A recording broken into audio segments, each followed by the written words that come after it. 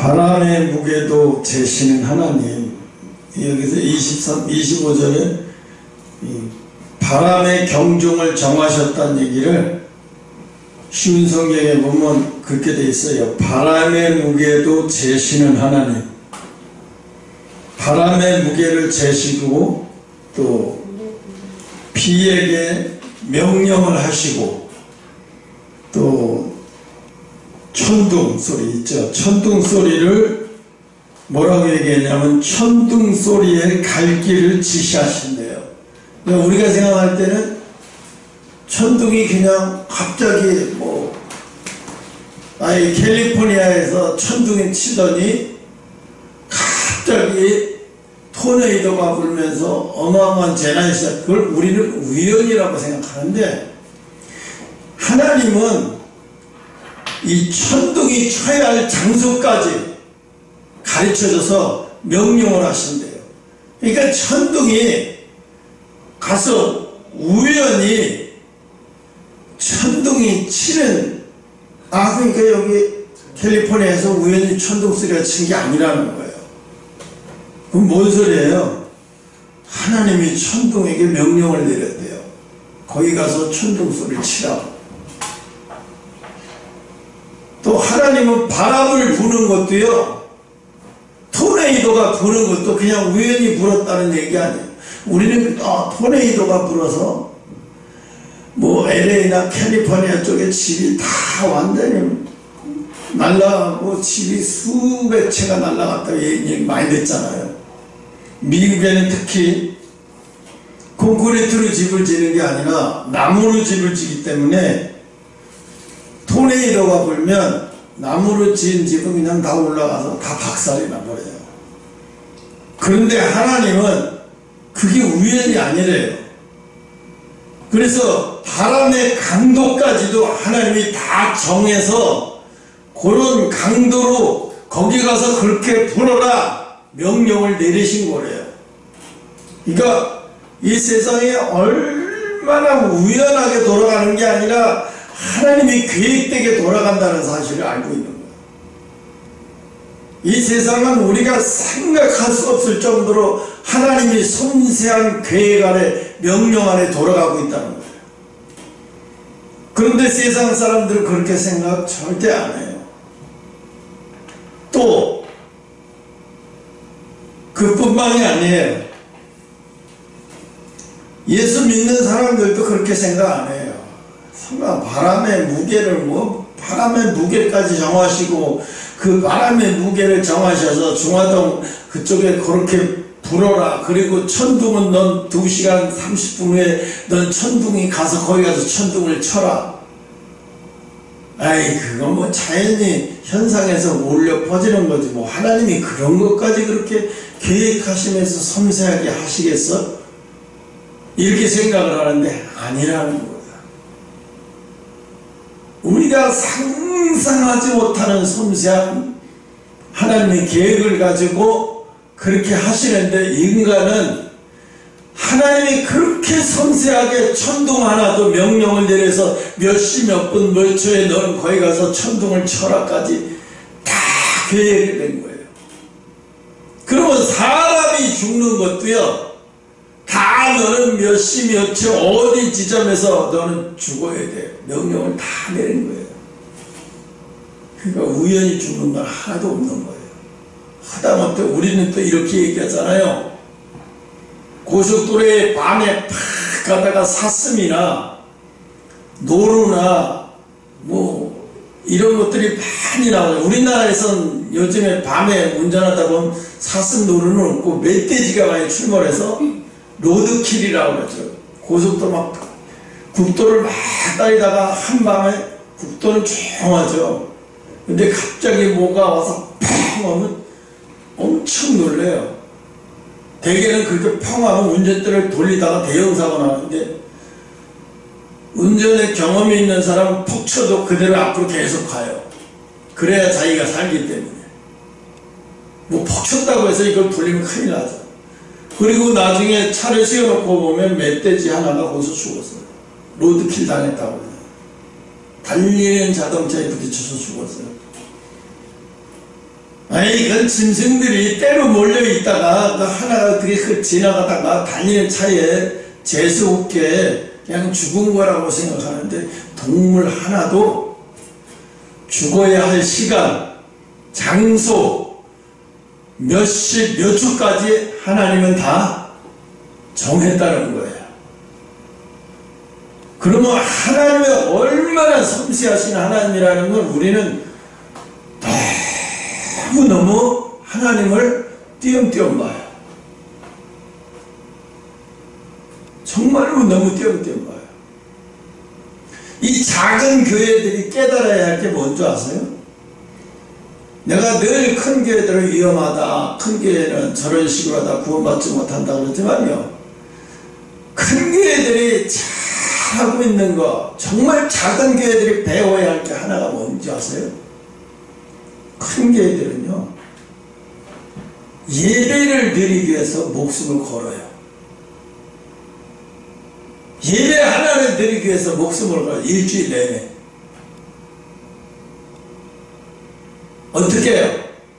목사님의 말씀을 전하기 위해서 조금도 방해받거나 제재받거나 영적으로 흐름이 나쁘게 흘러가서 하나님이 주시는 그 영적 흐름을 타서 말씀을 전하지 못하고 방해될까 봐서 엄청나게 최상의, 목사에게 최상의 조건을 준비해 놔요, 그들은.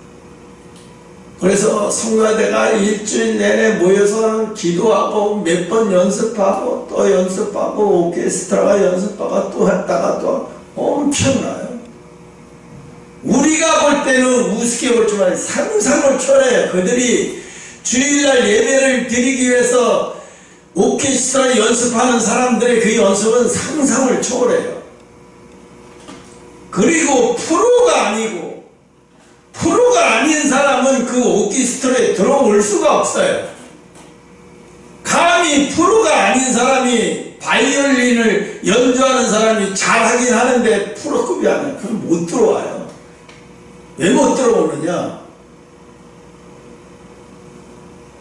하나님이 주시는 목회자가 그 시간에 예배를 드리는 영적 흐름을 타게 만들기 위해서 너같이 바이올린은 잘 연주는 그래도 들어줄만은 한데 너는 신앙 상태가 문제가 있어.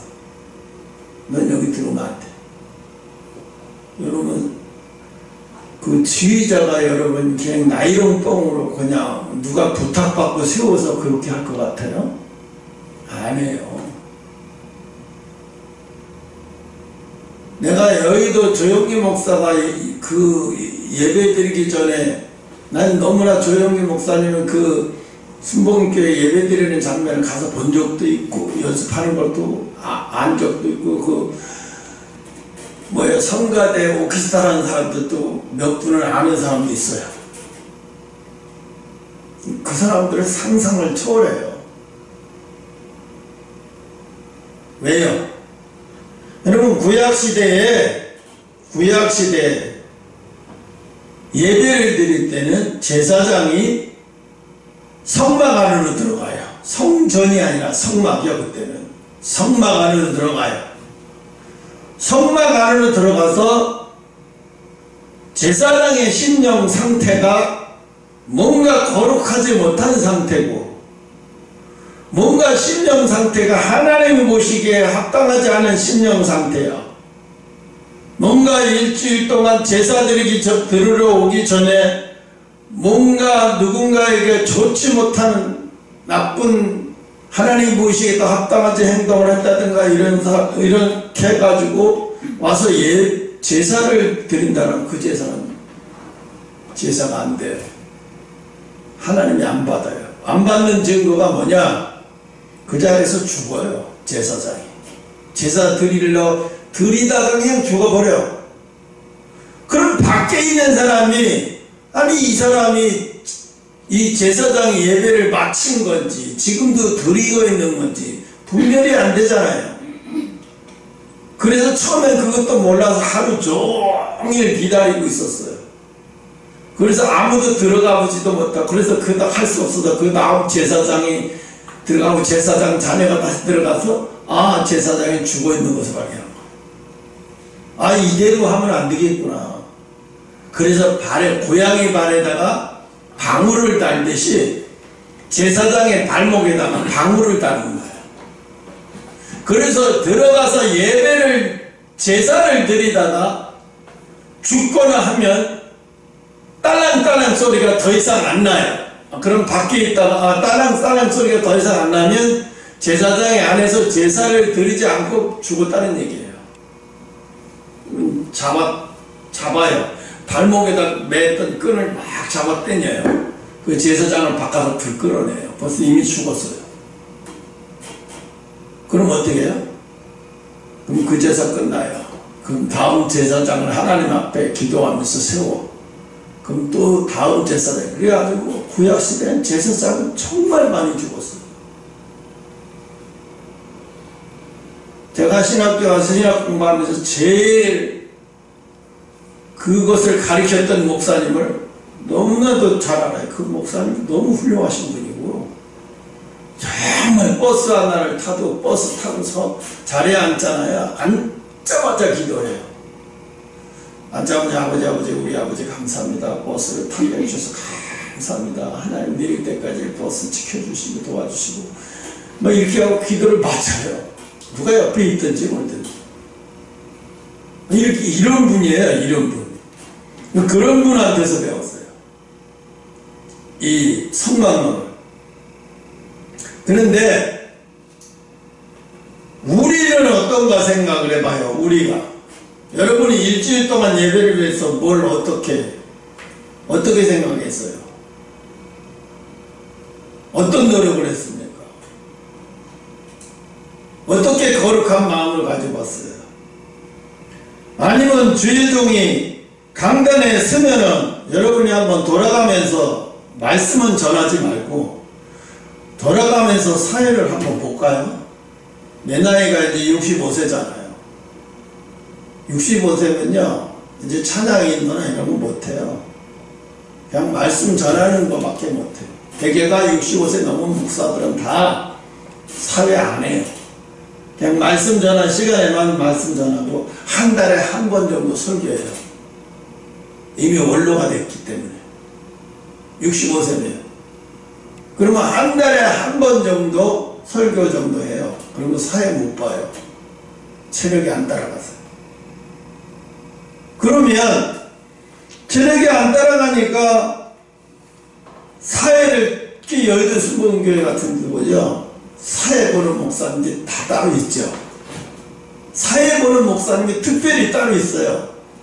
찬양을 잘하고 말을 잘해서 매끄럽게 해서 예배를 잘 매끄럽게 인도할 수 있는 목소리도 아주 좋은, 모든 사람이 목소리만 들어도 은혜 받을 만한 그런 목소리를 가지고 있고 성품도 좋고 그런 얼굴도 생김새도 정말 훌륭하고 그런 사람을 딱 세워요. 그래서 그분이 사회만 보는 거예요. 이거는 사회만. 조영구 목사님 나와서 설교를 하죠. 이 설교하기 전까지 모든 게 다 얼마나만큼 준비가 잘 돼 있는지 상상을 초월해요. 근데 많은 사람들은 그냥 하나님의 은혜를 주니까 부흥된 거지. 맞아요. 하나님의 은혜를 줘서 부흥된 건 맞아요. 근데 은혜를 줬다고 해서 하나님이 되지도 않는 그릇에다가 은혜를 준 거 아니에요. 그렇게 하니까 은혜를 주는 거예요. 그렇게 철저히 하니까 은혜를 주는 거예요. 그렇게 철저히 하지 않는 데서 은혜를 주지 않아요. 주일날 예배를 드리는 조그만 교회, 여러분이 유튜브 동영상에 조그만 설교만 들었지 개척 한 50명 100명 모이는 교회들 보면 다 목사들이 혼자서 다 해요. 그럼 여러분 그 예배를 한번 드리는 거 한번 봐보면요, 정말 과간도 아니고 예배를 집례하는 걸 진짜 은혜도 안 되고, 설교 들어가기 전부터 벌써 은혜가 안 돼요. 찬양도 영 아니고, 뭔가 MC 보는 것도 매끄럽지도 못하고, 목소리도 별로 그렇게 안 좋고, 그런데다가 설교라도 강력하게 파워 있는 설교가, 영적 에너지가 나오는 설교라도 하면 그거를 통해서 은혜가 되는데 그렇지도 않아요. 그게 힘든 거예요. 그러니까 보통 힘든 게 아닌 거예요. 얼마나 힘든 건지 상상을 뭘 초월해. 내가 왜 이런 얘기를 하냐면, 나는 일주일 2시간 잡아서 4시간이라고 치고, 요 4시간은 4시간을 해서 일주일 내내 목숨을 걸어요. 그리고 토요일 같은 날은 거의 하루 종일 매달려요. 정말 하루 종일 매달려요. 잠자기 전까지.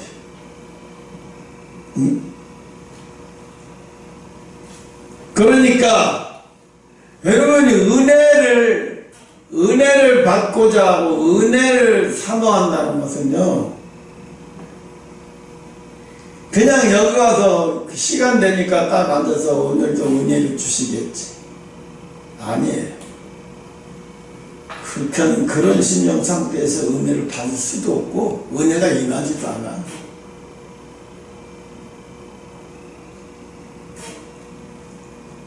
제가요, 하나님이 저한테 주신 건 이 찬양의 말씀의 은혜도 주셨지만 찬양을 통해서 은혜도 엄청나게 주셨어요. 내가 신학교 5년 동안을 다니면서 5년 동안 신학교에서 모든 찬양 인도하고 하는 것을 다 내가 맡았어요.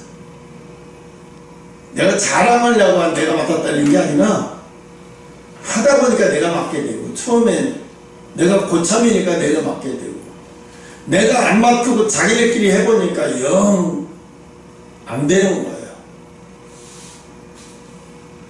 그래서 내가 어디 가도 늦게 도착하고 올 때까지 기다리고 있어요. 그래서 5년 동안 내가 했어요.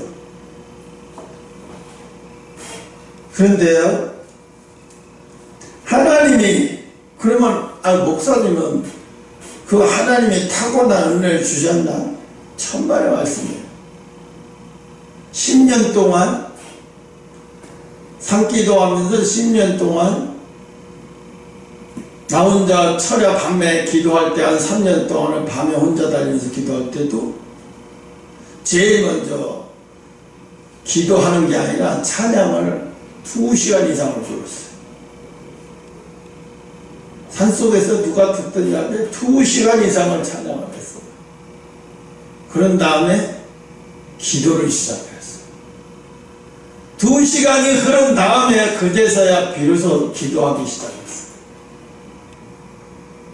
2시간 정도 그렇게 찬양을 하면 주변에 공기마저도, 나쁜 공기마저 싹 사그러지고, 주변에 나 혼자 있는 것 같고, 주변이 아주 따뜻한 봄날 같아요. 바지라이가 막 올라가는 것 같고, 옆에서 나뭇잎과 주변 모든 게 다 찬양하는 것 같은 느낌이 들어요. 그때 기도를 들어가면 그 기도가 하나님 앞에 엄청 하나님이 받으신다는 것을 기도하면서 느껴져요. 그거를 거의 그게 나 혼자만 그렇게 한 게 한 3년을 했어요. 그렇게 하니까 하나님이 네가 그렇게 목에 피가 나고 힘든데 계속 그렇게 하냐? 하나님이 그걸 보시는 거예요. 그걸 보시면서 그걸 그렇게 할 수 있도록 은혜를 주시는 거예요. 그게 하는 걸 보면서. 우리가 배워야 하는 게 뭔지 아세요? 우리 교회 하나님이 반석에 세운 교회라고 했어. 우리 교회 하나님이 마지막 때 구원받는 자들이 모이는 교회라고 했어. 물론 그러셨죠. 그러셨다고 해서 여러분 자세가 흩어지면 안 돼요. 왜냐하면 하나님이 우리에게 가장 기뻐하시는 게 뭘게요? 헌금하는 거요? 새벽 기도하는 거요? 기도 많이 하는 거요? 아니에요. 하나님이 가장 기뻐하는 거는요, 경외와 순종의 뜻으로 하나님 앞에 보이는 거예요. 경외와 순종. 하나님을 경외하는 사람의 행동 중에서 하나님을 경외하는 행동이 가장 최고인 것은요, 찬양을 하는 거예요. 하나님을 찬양하는 거예요.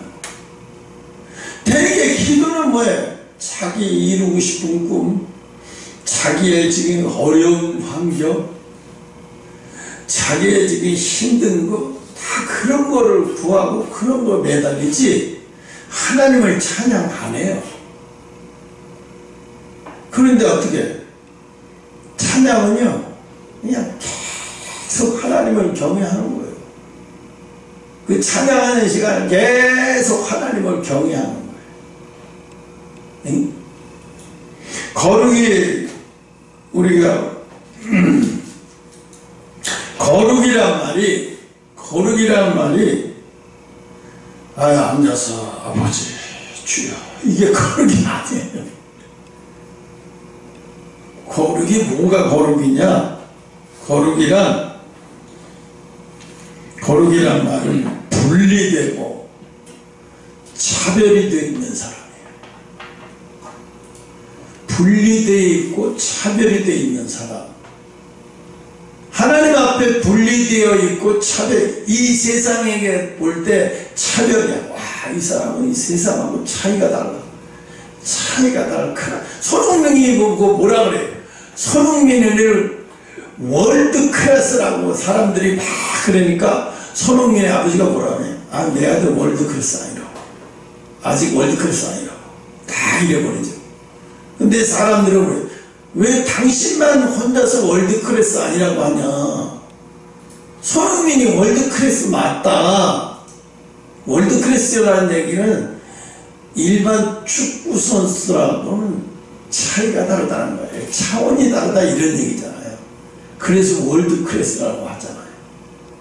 응?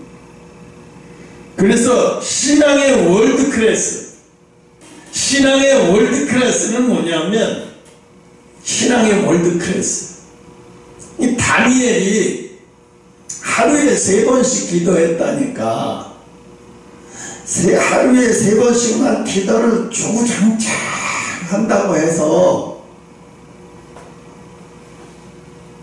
그 사람이 하나님의 경외를 잘할 거라고 생각합니다. 절대 그렇지 않아요. 하나님이 인간에게 가장 기뻐하시는 거는요, 하나님 앞에 찬양하는 거예요. 우리가 휴거되거나 죽어서 천국을 가면 하나님 앞에서 천국에 가서는 뭐밖에 없어요? 찬양으로 영광 돌리는 것밖에 없어요. 사람. 천국에서 기도가 왜 필요해요?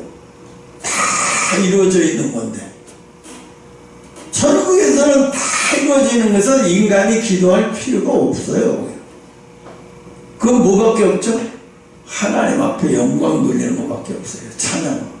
왜? 그 거룩한 걸 이렇게 하나님의 그 거룩하심을 그냥 찬양으로 계속 거룩하다는 것을 표현하는 거예요. 영광으로. 최고예요. 그게 하나님 보실 때는. 응? 그래서 거룩하는 말은 분리가 잘 돼 있고 차별이 잘 돼 있는 사람이 거룩한 사람이에요. 분리가 잘 돼 있어. 이 세상과 이 사람은 분리가 잘 돼 있어. 비록 세상에 살지만 저 사람 분리가 잘 돼 있어. 세상과 어디 가든지 저 사람 항상 세상과 분리돼 있어. 세상 속에 있으면서 저 사람은 어디 가든지 항상 세상과 분리가 잘 돼 있고 또 어디 가든지 차별이 잘 돼 있어. 저 사람 뭔가 달라. 저 사람 뭔가가 다른 사람이야. 이렇게 되고 다른 거예요. 수준이 다른 거예요. 차이가. 이게 손흥민이 뭐죠? 축구할 때 이번에도 팀은 졌어요. 팀은 1대0으로 졌는데 영국에서는 그래요. 와, 손흥민이 클래스가 다르다. 차이가 다르다. 왜? 손흥민한테는 손흥민이가 공을 잡으면 두세 명, 비록 두세 명이 달라붙어요. 왜? 왜 이 사람한테는 두세, 다른 사람은 한 명이 달라붙는데 수비가 얘는 막 두세 명이 달라붙어. 왜? 이 차이가, 차별이, 차이 클래스가 다르기 때문에 너무 뛰어나기 때문에 이건 한두 명이 붙어갖고 안 되는 거예요. 아니, 두세 명. 두세 명이 달라붙는 거예요. 차이가 달리 클래스가 달라요. 왜 모세가 죽었는데 분명히 하나님이 말씀하셨어요. 모세를 에녹과 같이 들림받지도 않고 엘리야 같이 들림받지도 않았어요. 그런데 모세가 신체가 없어요. 하나님 스스로가 모세를 죽이시고 하나님이 루시퍼 천사가 알지도 못하도록 싹 장사해 버렸어요. 아무도 모르게, 천사 모르게, 사탄 마귀도 몰라요. 모세 어디다 매장갔는지 아무도 모르게 만들어 놨어요. 왜 그랬을까요? 뭐 때문에 그랬을까요? 모세는 이 세상에서 차원이 다른 사람이에요. 클래스가 다른 사람이에요. 완전히 분리되어 있던 사람이에요. 그러니까 41일 금식이 아니라 단식을 했던 사람. 내가 단식 제일 길게 한 게 5일이었어요. 근데 5일 하는 거, 5일 하면 사람 죽어요, 속에서. 3일만 해도 단식, 3일만 하는 게 물도 안 마시고 하는 거, 이게 보통 어려운 게 아니에요. 그것도 힘들어요. 보통 힘든 게 아니에요. 근데 모세는 40일을 단식을 했어요. 물도 안 먹고. 어떻게 사람이 살 수 있을까? 아니 40일 동안 물도 안 먹고 사람, 그러면 40일 동안 물도 안 먹고 수분이 부족했는데 어떻게 사람이 살아? 그러니까 하나님이 책임지는 거예요. 이미 죽은 상태에 그때부터 하나님이 책임지는 거예요. 제가 경험한 걸 얘기하면 5일인가 금식할 때예요. 거의 내가 혼자 굴에서 단식을 했어요.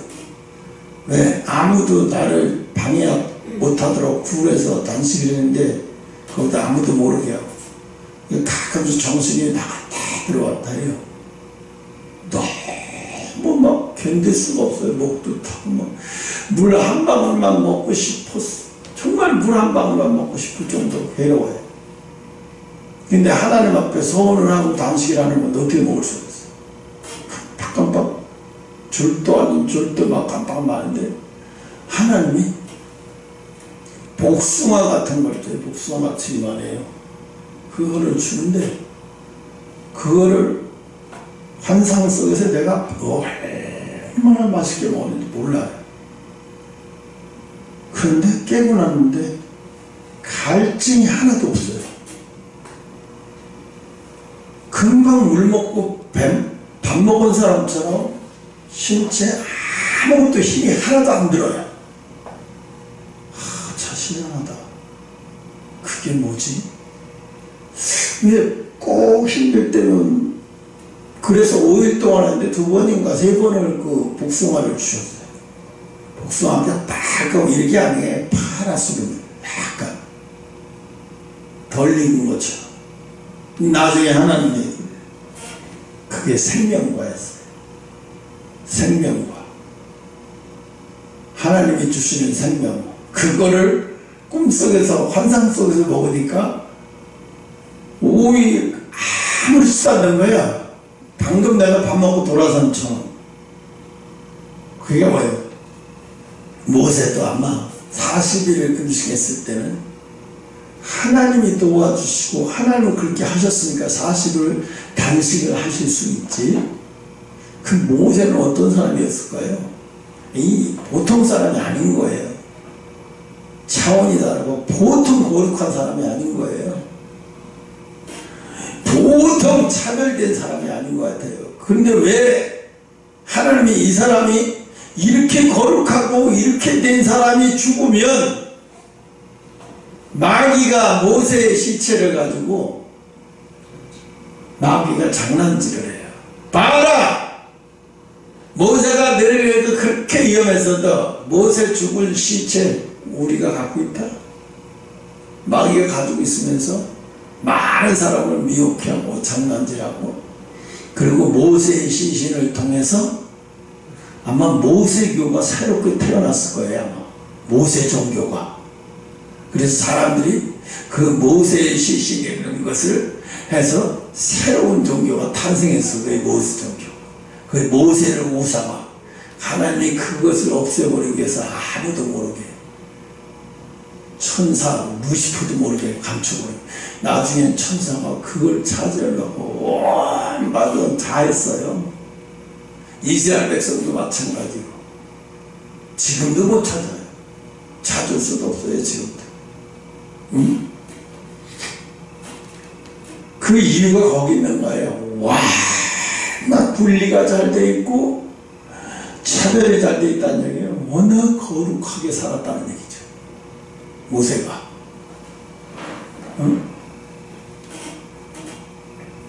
그래서 하나님은 우리에게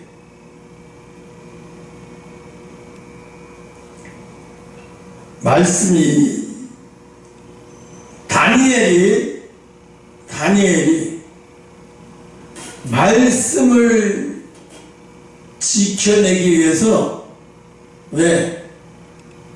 나는 하나님 외에는 그 어떤 신에게도 절을 할 수가 없어. 머리를 숙일 수가 없어.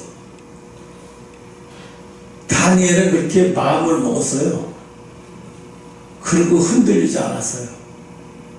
그래서 그 말씀을 지켜내기, 그래서 말씀을 지켜내기 위해서 자기 목숨과 육신의 생명을 다 걸어버렸어요. 그러니까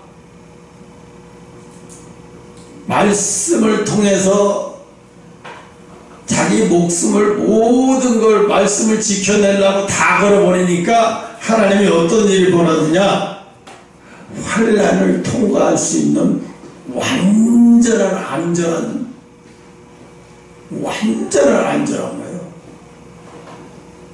그래서 어떤 것도 다 통과할 수 있는, 그래서 불 속에 들어가서도 통과할 수 있고, 사자굴에서도 통과할 수 있고, 어마어마한 불에 들어가서도 통과할 수 있고. 이게 뭐예요? 마지막 때는 말씀과 이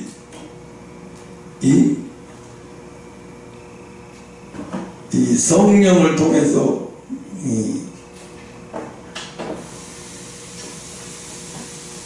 굴복당하지 않고, 굴복당하는 성품이 아닌, 그래서 말씀을 지켜내고 말씀을 끝까지 지켜내려고 하는 이 다니엘의 성품, 다니엘과 세 친구의 성품이 나중에 그 세 가지 환난을 다 통과하면서 하나님이 그 환난을 통과하는 안전지대로 그들을 지켰잖아요. 안전지대로 그를 들어갔잖아요. 우리도 마찬가지예요. 마지막 때. 지금 지금 우리나라가 이제 앞으로 만약에 민주당이나 이재명이가 당선이 되면요, 제일 먼저 바뀌는 게 교회법부터 바뀌어버릴 거예요. 교회 개척을 못해. 이제 그런 시기로 만들어버리고, 있는 교회도 조정을 해서 다 축소시키고 줄여버리고, 또 교회 큰 교회 목사들은 다 어떻게 해요? 정부의 통제를 받고 정부가 시키는 대로 안 따라오면 다 해체시켜버리는 거예요. 그러면 이런 교회가 교회예요? 이게 영적인 생명이 끊어진 교회예요. 아니, 이미 벌써부터 그러잖아요. 지금 벌써부터 지금 그러잖아요. 여의도 순복교에서 뭐 누구를 불러다 놓고 이재명이도 불러다 놓고 예배드리고, 누구도 불러다 놓고 예배드리고, 어떤 교회 이재명이를 안수 집사를 안수해주고, 뭘 축복 기도를 해주고, 온통 쇼라는 쇼는 다 하고 있는 거예요. 성령이 기뻐하시는 게 아니거든요. 하나님이 기뻐하시지 않고 하나님이 기뻐하지 않는 자를 불러다가 그런 짓을 하고 있다는 얘기는 이미 그 교회의 주인은 하나님이 아니신 거예요. 성령이 아니신 거예요. 이미 신앙의 순결이 더럽혀진 거예요. 그럼 그런 교회는 뭐예요? 음란한 교회. 음란한 교회예요. 이미 타협을 했어요. 하나님 말고 다른 세상 권세와 타협하고, 그 부인이, 남편이 있는 부인이 다른 남자를 품은 거하고 똑같은 영적 간음의 죄를 진 거예요. 이제 앞으로는 더 그렇게 돼요. 그런 시대를 가고 있어요. 심각한 시대를 가고 있어요. 그래서 마지막에 다니엘과 세 친구의 성품을 준비하는 자만이 환난을 통과할 수 있는 안전지대로 갈 수 있어요. 환난을 통과할 수 있는 안전지대.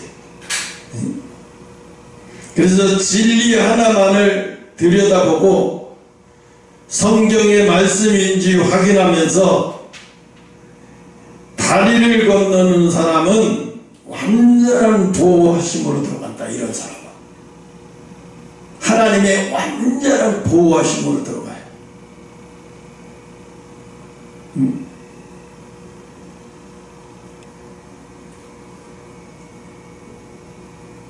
진리가 우리 마음에 가장 중심이고 가장 높은 곳에 있어야 되는 거예요. 진리가 자기 마음에 가장 높은 곳에 있지 않은 사람, 진리는 저 밑에다 놓고 세상 명예와 권세를 자기 제일 높은 곳에다 높여놓고 산다. 진리는 언제나 필요할 때만 꺼내두고 필요 없어 저 밖에다 처박혀놓고 산다. 이러면 이 사람은요, 하나님의 완전한 보호하심으로 들어가지 못해요. 절대로 이런 사람은 재림의 때가 와든 멀든 재림의 때하고는 재림하고는 아무 상관없는 사람 되어버리는 거예요. 응? 진리보다는 세상 상식과 이 세상 방법이 더 중요한 사람이니까요.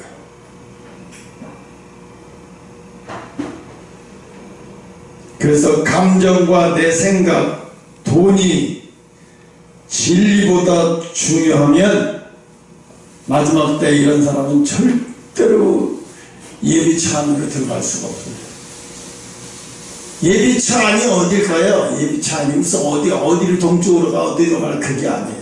예비차 안은 하나님의 보호하신 쪽으로 완전히 들어간 사람이에요. 다니엘과 세 친구가 예비처 안으로 완전히 들어가니까 어떤 현상이 일어나요? 불 속에 들어가서 보호가 되고, 풀무불에 들어가도 보호가 되고 사자굴에 들어가도 보호가 되잖아요. 이게 바로 예리처로 들어간 사람이에요. 마지막 때 이렇게 돼야 된다니까요. 응? 그래서 거룩이란 말은 분리되고 차별이 된 사람이에요. 어제도 보니까 우리 동창이 강원도 속초로 해갖고 여행을 갔어요. 그래가지고 뭐 카톡에 보니까 한 70개 저기가 달렸는데 내가 또 나가면 또 갖다 놓고 그러니까 나가지도 않고 보지도 않아요. 이 사람들은 세상이 다예요. 야, 우리 이제 얼마 안 남았어. 우리 젊음이 얼마나 남았나. 더 열심히 신나게 또 놀자. 막 이러고 배려배려 소리 나가죠. 응?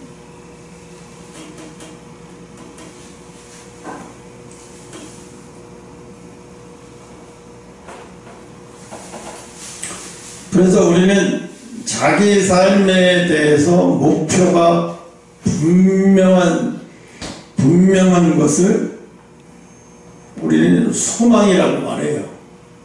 소망, 그죠? 자기 삶에 대해 목표가 분명한 사람은 소망.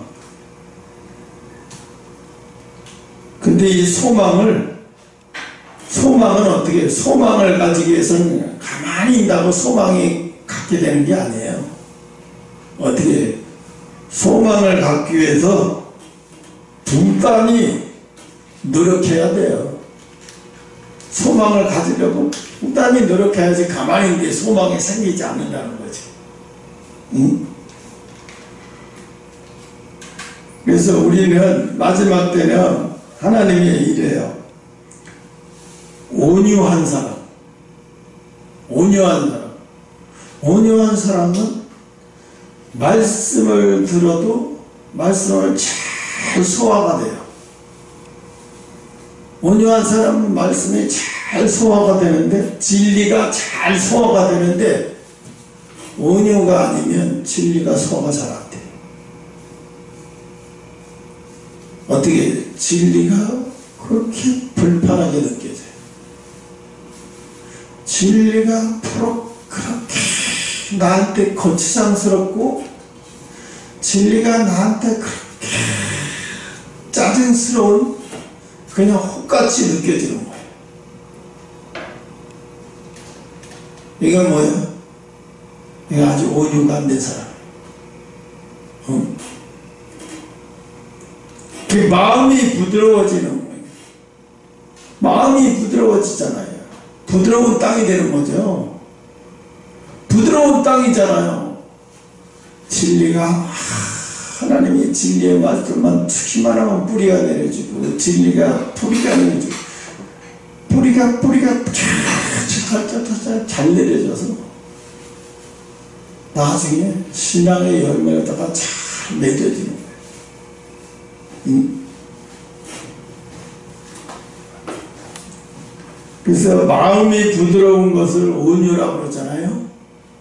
근데 영혼이 부드러운 것을 뭐라 그러냐면, 나도 오늘 아침에 영혼이 부드러운 것은 이 샬롬이라고 그러고 평강이라고 그래.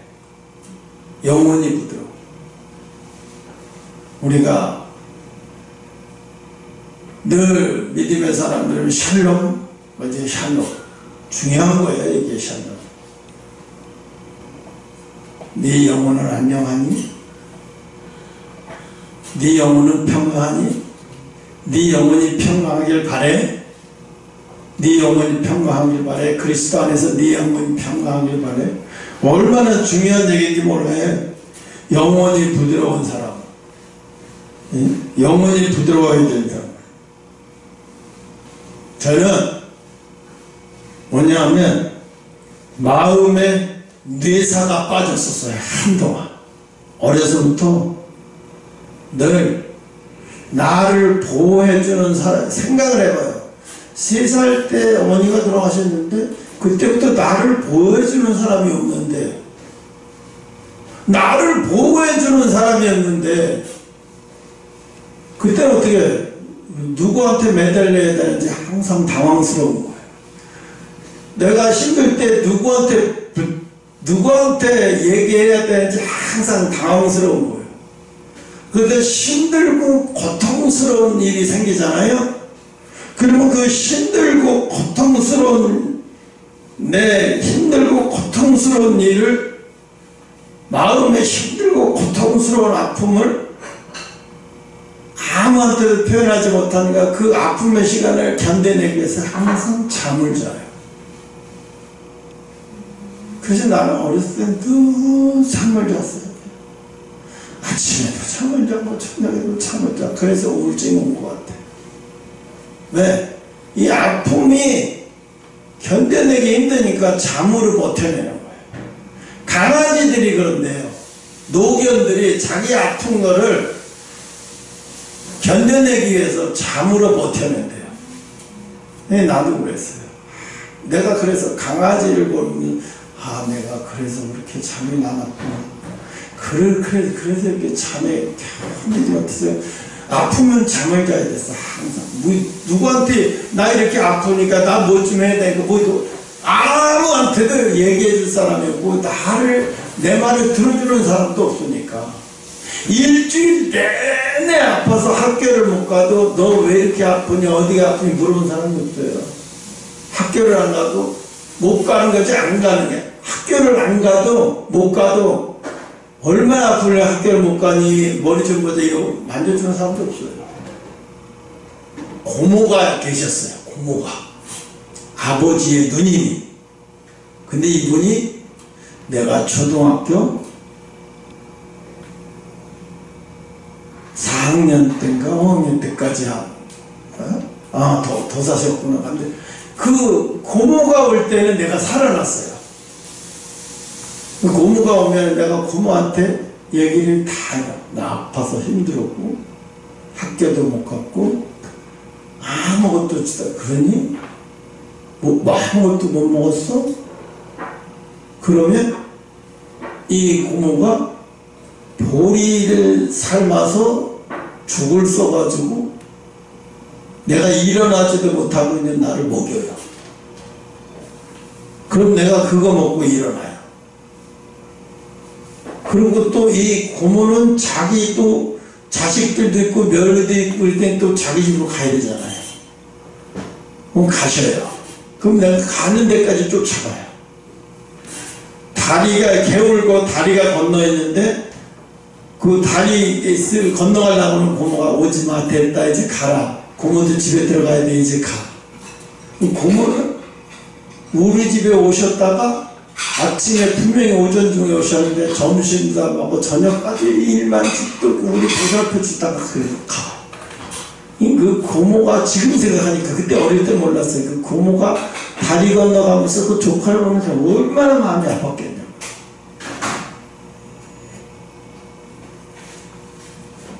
그래서 그 고모가 돌아가실 때 하늘이 불어줘서 나한테는 하늘이 불어준 줄 알았어. 그러니까 내가 하나님을 만났을 때 나는 이제부터 고아가 아니고 아버지를 만났네. 아버지가 이렇게 내 부모가 생기는구나. 이제부터 난 아니네. 이렇게 세상이 다 바뀌어버리는 거예요. 달라져 보이는 거예요. 세상이 다 바뀌고 달라져 보여요. 이 신앙적인 완전히 다른 거예요.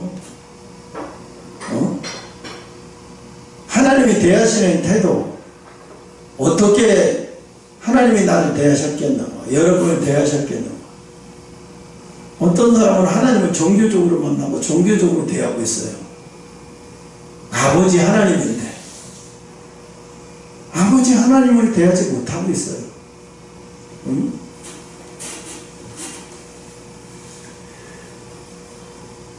그래서 트라우마가 오랫동안 이 트라우마가 지금도 남아있잖아요. 그래서 아프면 잠자려고 해요. 나는. 그래서 어느 정도의 잠을 자야 견뎌내요. 이게 습관이 들어간 거예요. 이게 마음에 이게 뭐야? 트라우마라고. 정신과 의사도 그래. 지금 이건 안 돼. 더 이상 어떻게 약을 먹어도 될 수 있는 게 아닌데, 너무 트라우마가 오랫동안 돼 있는 거라서. 응? 희망은 어떻게 해요? 정말로 내가 찬양이한테도, 오늘 찬양이한테도 해주고 싶은 얘기인데, 희망은요, 가만히 있는데 생기는 게 아니에요.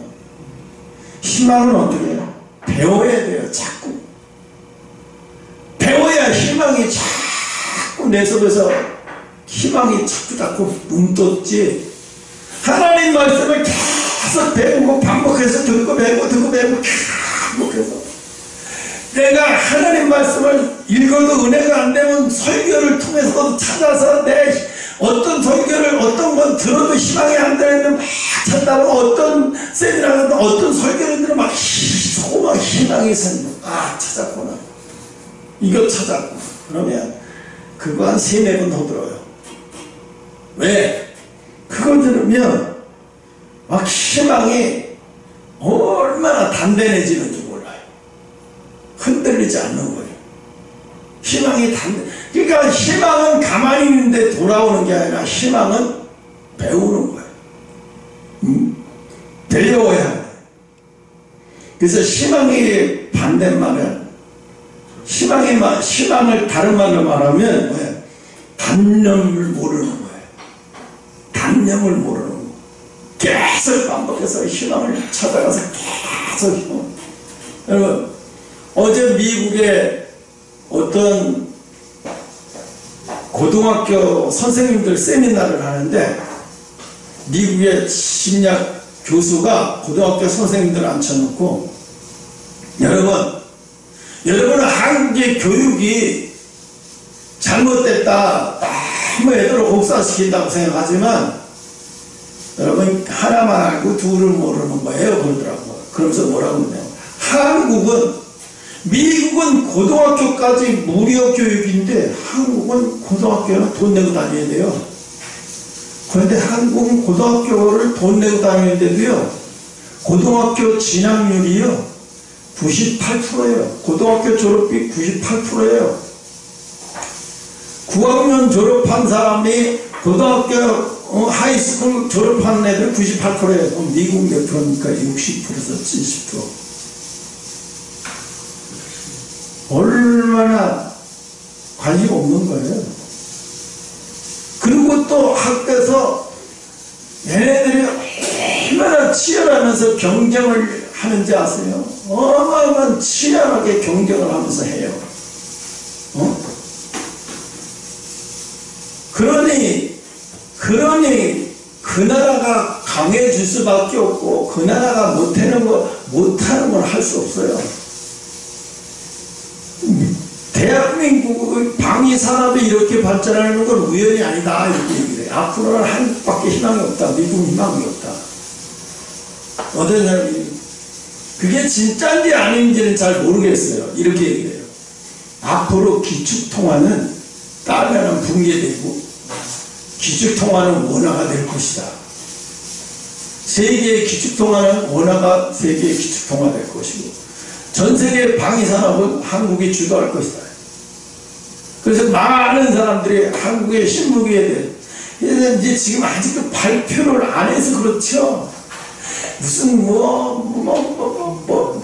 갖고 뭐 저거 하는데, 그냥 우리는 돈 얼마 들이지 않고 레이저로 다 죽이는 거예요. 레이저로 다 죽여버리는 거예요. 그거 지금 하나가 숨겨놓고 어마어마하게 공개 안 해요. 지금 공개해봤자 별로, 지금 그 공개할 때가 아니에요. 점점 더 발전시키기만 하지 공개를 안 하고 있어요.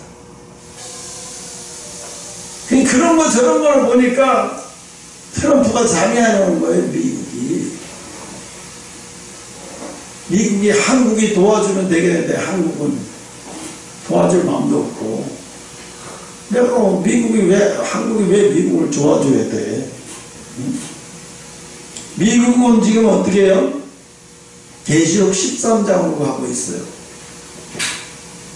계시록 13장이 뭐냐면, 로마가 기독교를 종교법으로 해가지고 국가에서 기독교를 교황을 갖다가 세계 초왕처럼 만들고 종교법을 해가지고 국가가 강조해가지고 이렇게 하면서 하나님은 그렇게 만들지 않았거든요.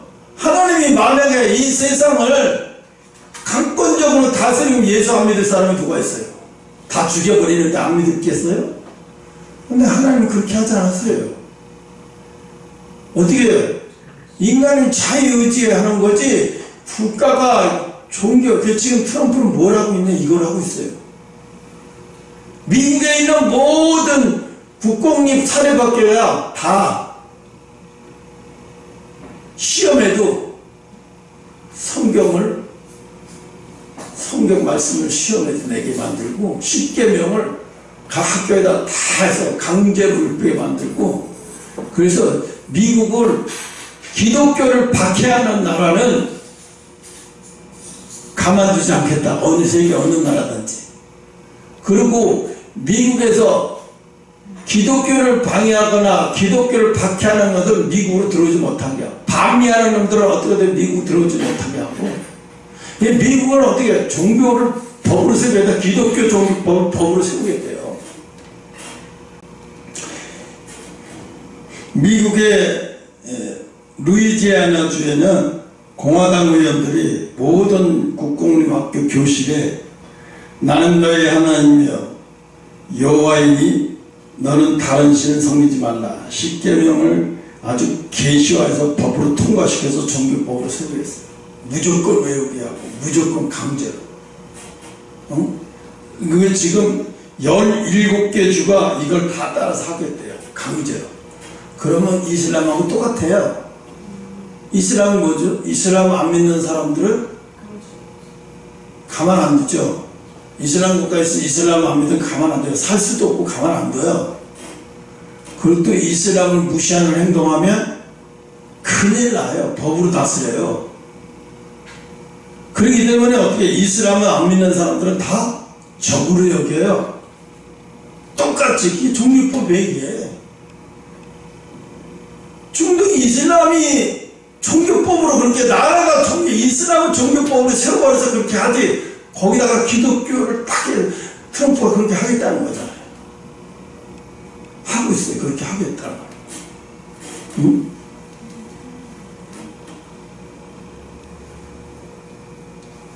이게 나중에 이걸 또 깊이 들어가면 아 이게 지금 가고 있구나, 이 나라가 어떻게 가고 있겠는지 다 되는데, 그래야 지금 시대를 분별하고 알 수 있게 되는데, 어찌됐든 간에 오늘 말씀은 중요한 것은요,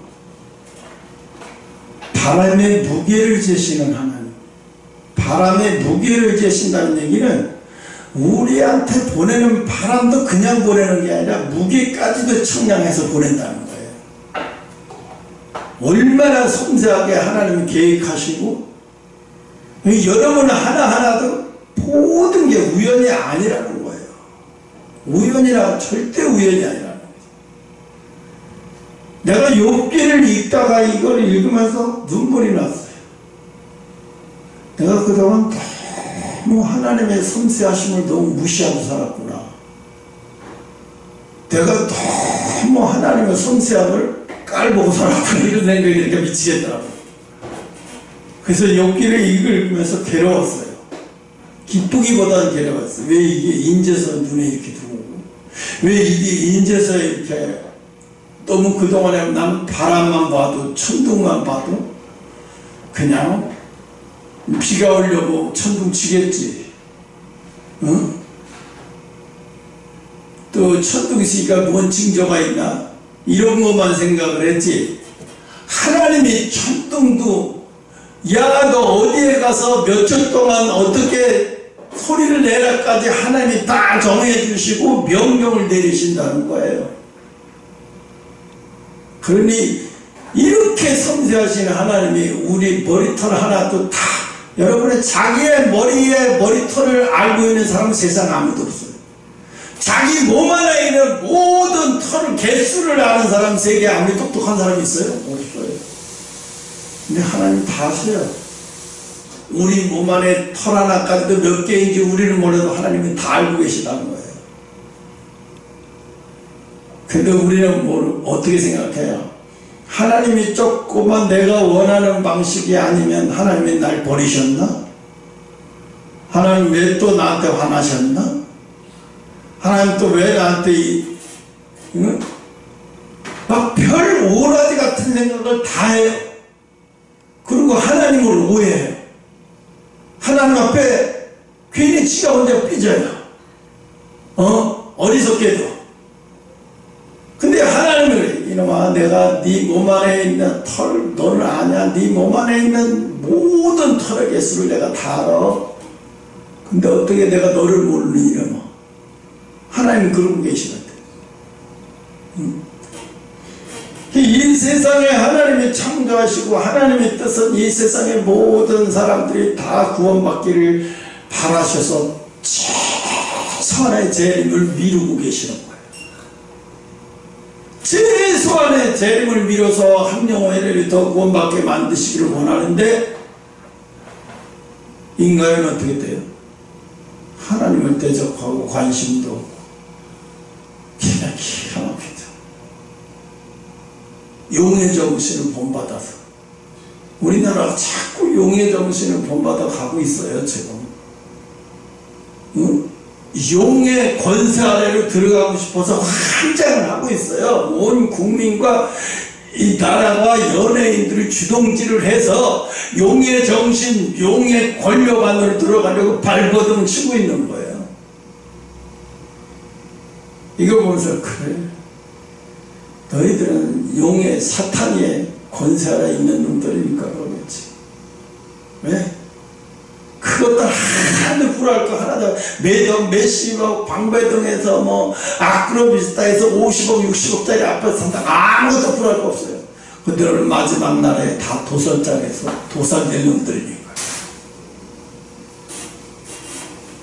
그래서 우리는 희망을 버리지 말고 날마다 희망보다 더 센 게 소망이에요. 소망이 점점 불릴 듯 일어나서 마지막 재림에 또 소망을 기대하고 소망을 걸고 그 모든 재림의 날에 여러분이 겪었던 모든 하나님의 말씀을 지켜내기 위해서 겪었던 모든 아픔과 고통과 눈물과 그것이 여러분에게 모두가 다 뭐예요? 상급으로 면류관으로 하나님은 갚아주시는 하나님이라고. 오늘 이 말씀을 여기까지 하고 마치고 기도합니다.